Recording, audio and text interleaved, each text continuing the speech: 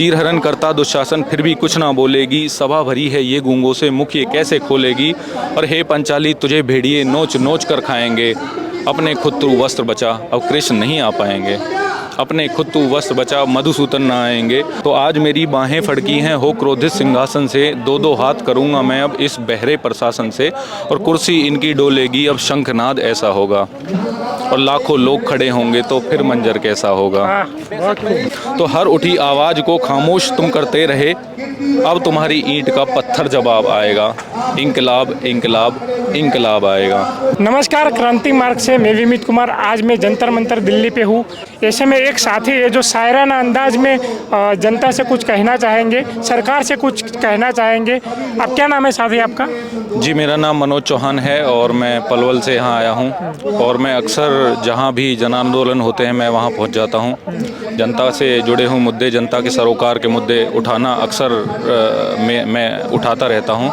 और इसी मकसद से आज मैं यहाँ पहलवानों का समर्थन करने आया हूँ जंतर मंतर पर। और समर्थन के अलावा मैं इस जंतर मंतर की भूमि को नमन करने आया हूँ। आप देखेंगे यहाँ हर तरह के आंदोलन, हर तरह के प्रदर्शन होते रहते हैं।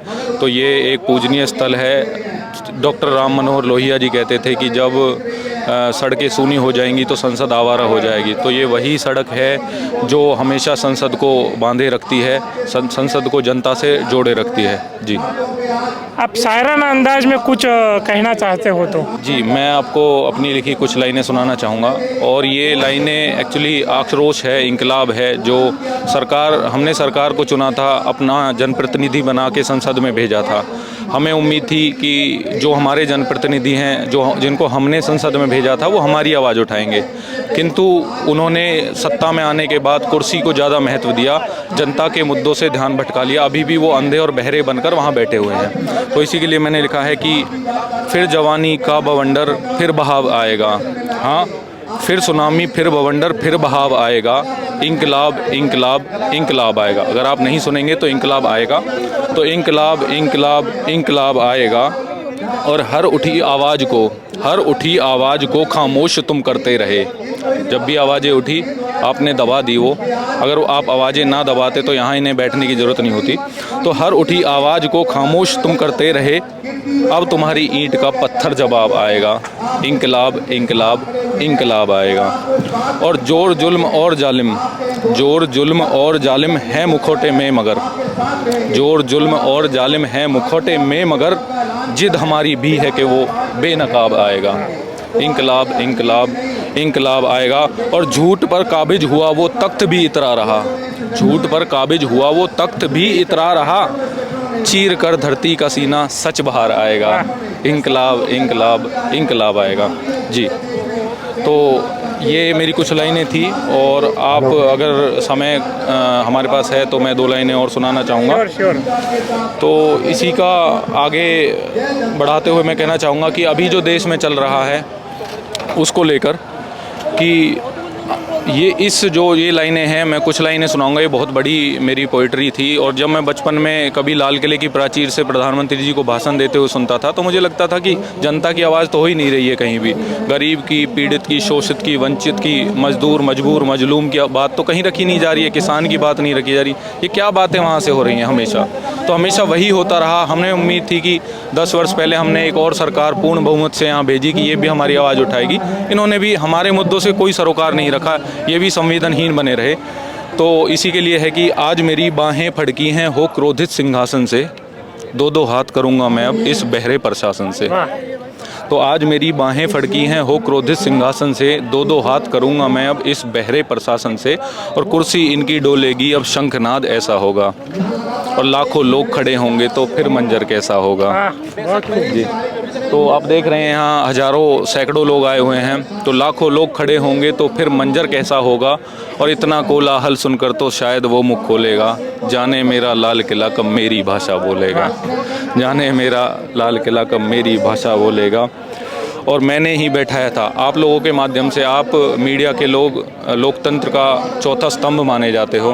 तो आप लोगों के माध्यम से मैं जुर्रत कर रहा हूँ, शायद मुझ पर मुझे देशद्रोही करार दे दिया जाए इन बातों को बोलने के लिए, या कोई धारा लगा दी जाए, पर उसकी परवाह नहीं। जब हम सड़क पे आ गए हैं तो हम किसी भी अंजाम से नहीं डरते।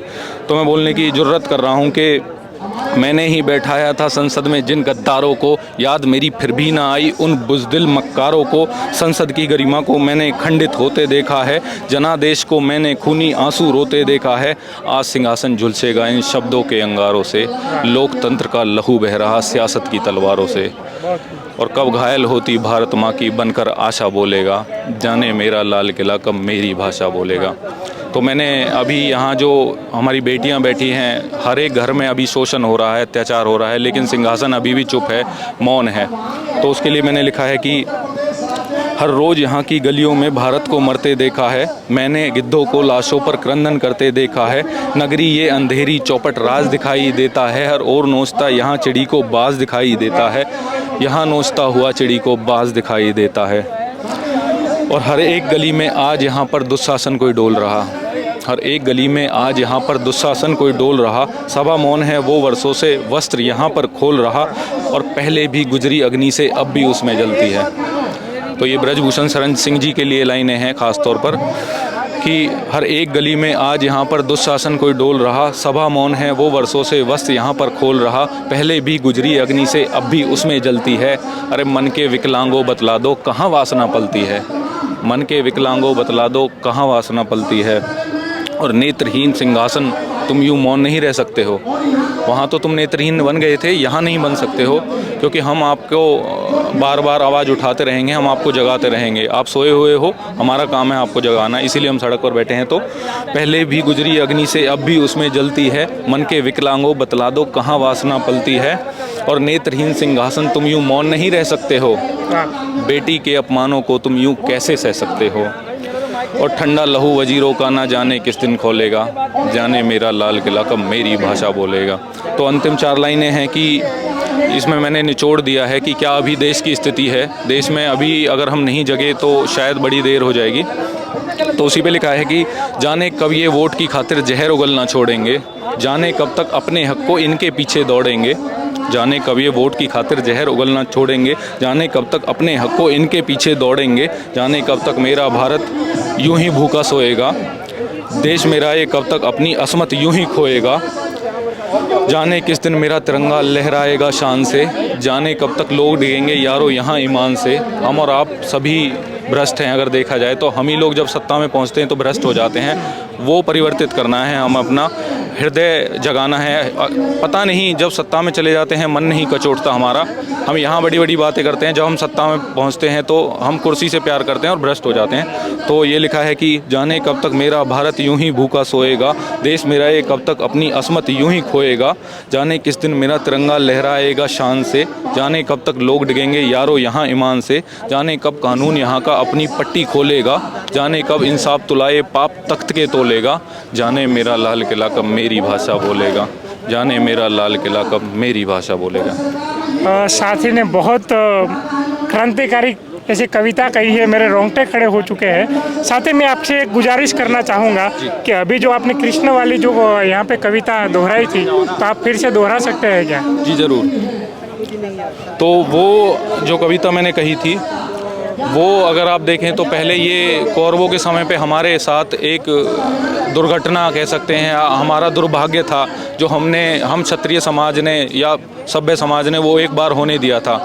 हमने फिर भी उससे सीख नहीं ली कि भाई हम फिर से उसको ना दोहराएं, लेकिन अभी भी हर दिन हर रोज़ हर घर में एक न किसी द्रौपदी का किसी अबला का चीरहरण हो रहा है, शोषण हो रहा है।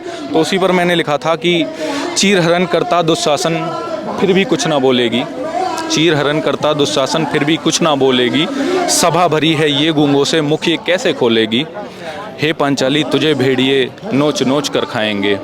अब पांचाली को खुद यहाँ द्रौपदी को यहाँ अबला को खुद सशक्त होना पड़ेगा।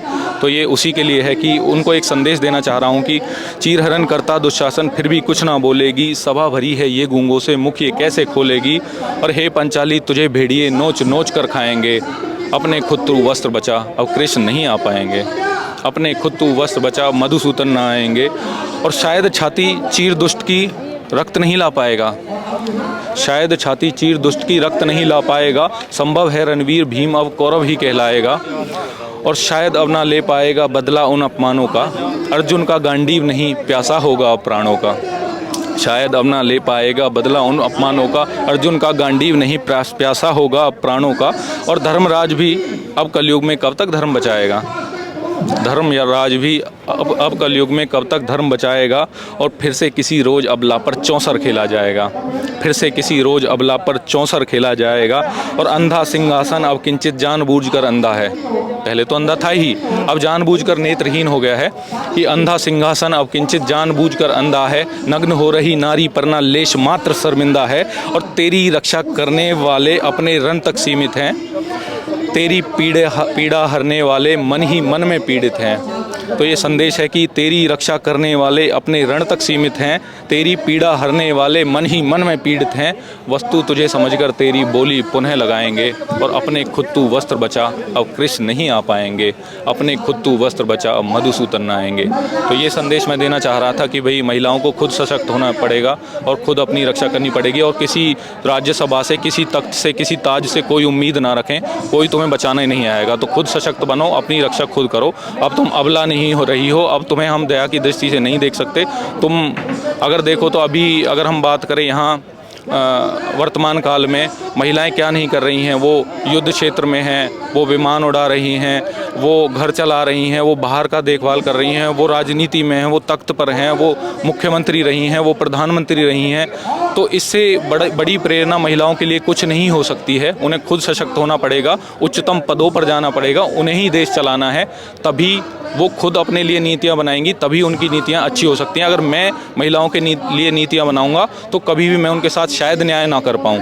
अगर वो खुद अपने लिए बैठकर वहाँ नीतियाँ बनाएंगी तो वो न्याय कर पाएंगी। तो उन्हें संसद में जाना पड़ेगा, विधानसभा में जाना पड़ेगा और उच्चतम पदों पर जाना पड़ेगा। जी धन्यवाद। हमारे साथ चौहान जी जुड़ चुके थे और उन्होंने अपनी शायरी के जरिए जो महिलाओं की वेदना पीड़ा और दर्शाई है हमारे माध्यम से आप तक। तो देखते रहिए क्रांति मार्ग, इनकलाब जिंदाबाद।